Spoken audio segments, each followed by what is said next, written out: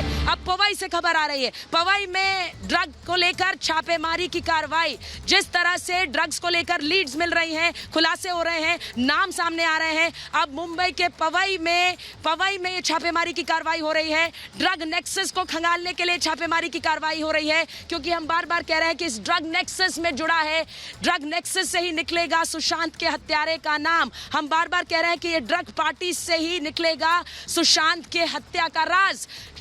शिखा मैं आपके पास आ रही हूं। पवई में छापेमारी, सुबह हमने देखा साउथ मुंबई में छापेमारी, इससे पहले लगातार सांता क्रूज में, बांद्रा में छापेमारी।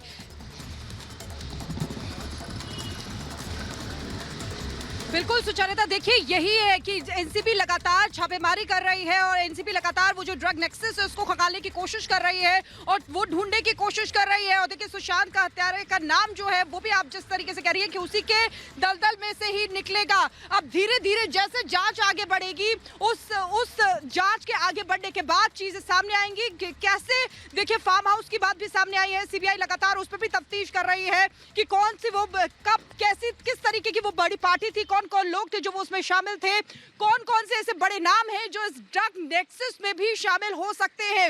और देखिए लगातार तार ढूंढने की कोशिश की जा रही है और लगातार पेडलर्स को, देखिए एनसीबी की अगर एक्शन की बात करें तो उन्होंने सबसे पहले पेडलर्स को पकड़ा, क्योंकि दो रास्ते थे, या तो वो डायरेक्टली पकड़ती लेकिन और एक दूसरे रास्ते से जाना एनसीबी ने ज्यादा पसंद किया। पहले पेडलर्स को पकड़ा, उसके बाद वो नामों तक गई, उन नामों तक पहुंची जो नाम जिन नामों तक पहुंचना बहुत मुश्किल था सुचारिता। तो ये बड़ी बात है।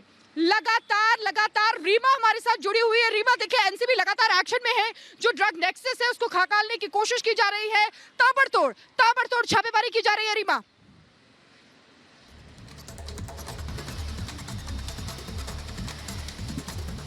बिल्कुल जिस तरीके से ये बड़ा मामला आगे बढ़ते जा रहा है, फार्म हाउस का ये एंगल जो निकलकर सामने आया है, उससे उम्मीद यही की जा रही है कि बहुत कुछ होने जा रहा है, बहुत ऐसे बड़े चेहरे बेनकाब होने जा रहे हैं जिसकी उम्मीद हम सब ने नहीं की।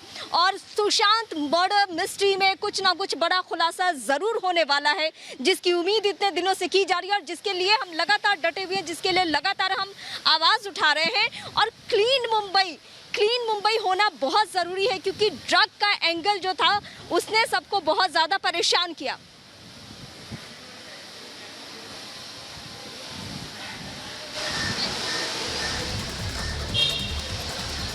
बिल्कुल, तो जाहिर तौर पर एनसीबी जो सबसे महत्वपूर्ण एजेंसी इस पूरे केस में निकल के आई है।